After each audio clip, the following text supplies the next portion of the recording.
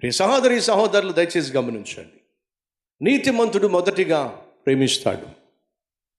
2, నీతిమంతుడు మొదటిగా కష్టపడి పనిచేసి, ఒకవేళ వ్యవసాయం చేసేవాడైతే పండిస్తాడు, ఉద్యోగం చేసేవాడైతే కష్టపడి పనిచేస్తాడు. నువ్వు కష్టపడి పనిచేసేవాడివి కాకపోతే నీ కుటుంబానికి నువ్వు న్యాయం చేయలేవు.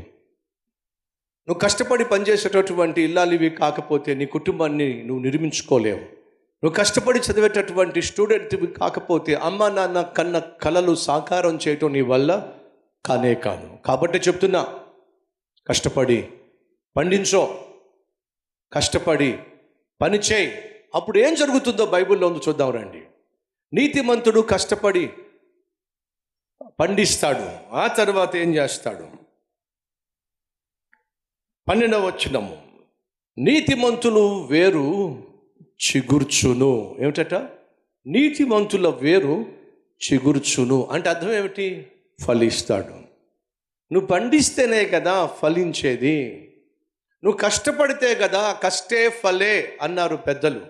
కష్టే ఫలే, కష్టపడితేనే కదా నువ్వు ఫలించేది. నీతిమంతుడు కష్టపడాలి.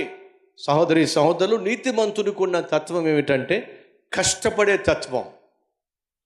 నీలో కష్టపడే తత్వం లేకపోయినట్లయితే, సోమరితనం నీలో ఉన్నట్లయితే, బద్ధకం నీలో ఉన్నట్లయితే ఖచ్చితంగా నువ్వు నీతిమంతుడివి కానీ కాదు. ఎందుకనంటే 128వ కీర్తనలో ఈ మాట రాయబడి ఉంది. ఎవడో తెలుసా? చూద్దాం రండి. మొదటి 2 వచనాలు. యెహోవా యందు భయభక్తులు కలిగి ఆయన త్రోవల యందు నడుచువారందరూ ధన్యులు. ఆ తర్వాత మాట చూడండి, నిశ్చయముగా నీవు నీ పక్కవారి కష్టార్జితం అని ఉందా బైబిల్లో? మీ పక్కవారి అని ఉందా అండి? నిశ్చయముగా, నిశ్చయముగా నీవు నీ చేతుల కష్టార్జితము అనుభవించదవు, నీవు ధన్యుడవు. మంచి మాట. నీవు ధన్యుడవు. ధన్యుడవు అని తెలుగులో ఉంది కదా, ఇంగ్లీష్లో ఏముందో తెలుసా? బ్లెస్సెడ్ అంటే అర్థం తెలుసా? ఆశీర్వదించబడిన వాడు. మరొక ట్రాన్స్లేషన్లో ఏముందో తెలుసా? Happy. Happy is the man. అనగా ధన్యుడు అనంటే దీవించబడిన వాడు, ధన్యుడు అనంటే సంతోషంతో నింపబడినవాడు. నీవు నిశ్చయముగా నీ కష్టార్జితాన్ని అనుభవించాలి అని దేవుడు ఆశిస్తున్నాడు. అనగా కష్టపడకుండా నువ్వు సులభంగా డబ్బులు సంపాదించే మార్గాన్ని ఎన్నుకోవద్దు. దయచేసి గమనించండి. ఒక వ్యక్తి పైకి రావాలంటే ఏం చేయాలి? 6 అంతస్తులు 7 అంతస్తులు బిల్డింగ్ ఉందనుకోండి. 6 అంతస్తులు 7 అంతస్తులు బిల్డింగ్ ఉన్నట్లయితే అడుగుతున్నాను, మనం దేన్ని ప్రిఫర్ చేస్తాం? మెట్లు ఎక్కే ప్రయత్నం చేస్తామా? లిఫ్ట్లో వెళ్ళే ప్రయత్నం చేస్తామా? లిఫ్ట్లో వెళ్ళిపోయే ప్రయత్నం చేస్తాం. ఎందుకంటే సుఖం. కానీ దయచేసి గమనించండి, మెట్లు ఎక్కుంటూ పైకి వెళ్ళేవాడు మధ్యలో ఆగిపోయే ప్రసక్తి లేనే లేదు. లిఫ్ట్ ఆగిపోయే ఛాన్స్ ఉంది. కరెంటు పోయిందనుకోండి, లోపల వీళ్ళ పని అయిపోయినట్టే. ఆధ్యాత్మిక జీవితంలో పైకి రావడానికి లిఫ్టులు అనేవి లేనే లేదు. ఆధ్యాత్మిక జీవితంలో పైకి రావడానికి, సేవా జీవితంలో పైకి రావడానికి దయచేసి గమనించండి, ఎలివేటర్స్ లేవు, లిఫ్టులు లేవు.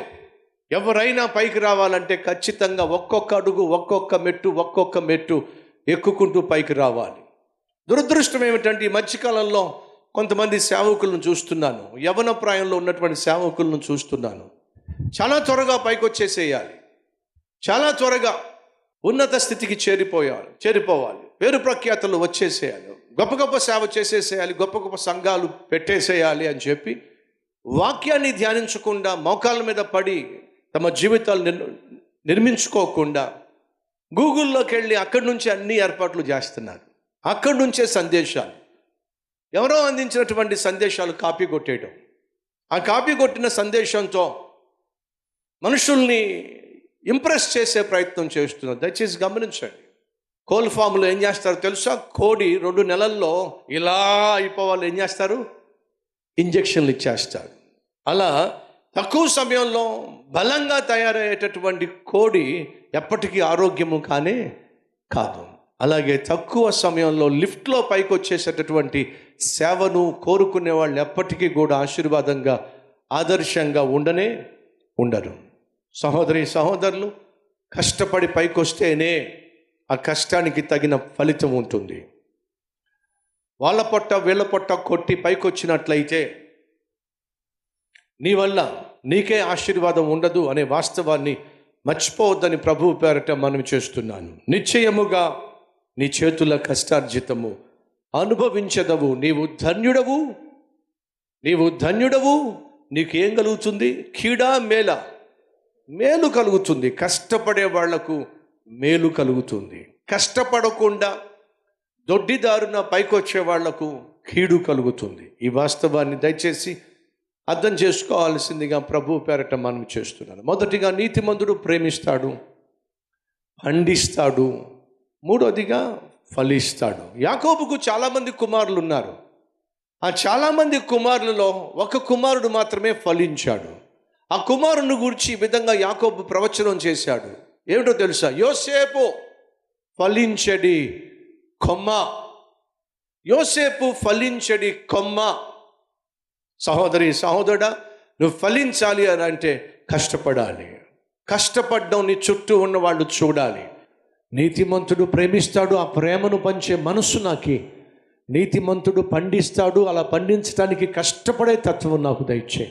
నీతిమంతుడు ఫలిస్తాడు, నాయనా నేను పడుతున్న ప్రయాసకు ప్రతిఫలము చూసే ధన్యత నాకు దయచేయి. అడిగేవాళ్ళు, ఆశించేవాళ్ళు ఉంటే మీ హస్తాన్ని ప్రభువు చూపించండి.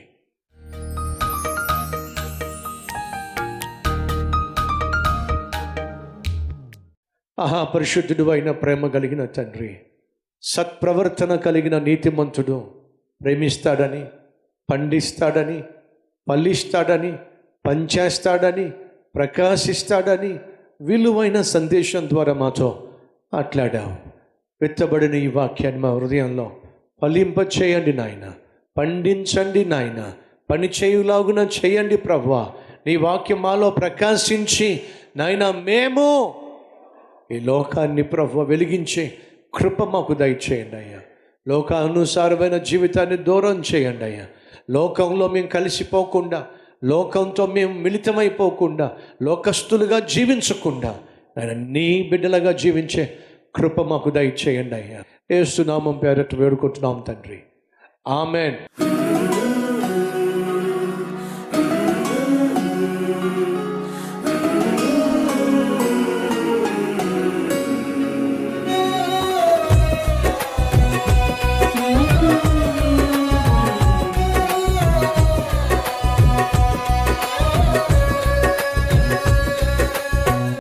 ఇది మొదలుకొని మీ జీవితంలో దేవుణ్ణి చూపించే అద్భుతమైన ఆత్మీయులుగా వర్ధిల్లాలని మనసారా ఆశిస్తున్నాను. ఈ క్లుప్త సందేశం మీకు ఆశీర్వాదకరంగా ఉన్నట్లయితే లైక్ చేయండి, అలాగే 10 మందికి షేర్ చేయండి. అంతేకాదు ఓ చక్కని కామెంట్ పెట్టండి. అది నేను చదువుతాను, దేవుని మహిమపరుస్తాను. మళ్ళా కలుసుకుందాం. అంతవరకు సెలవు.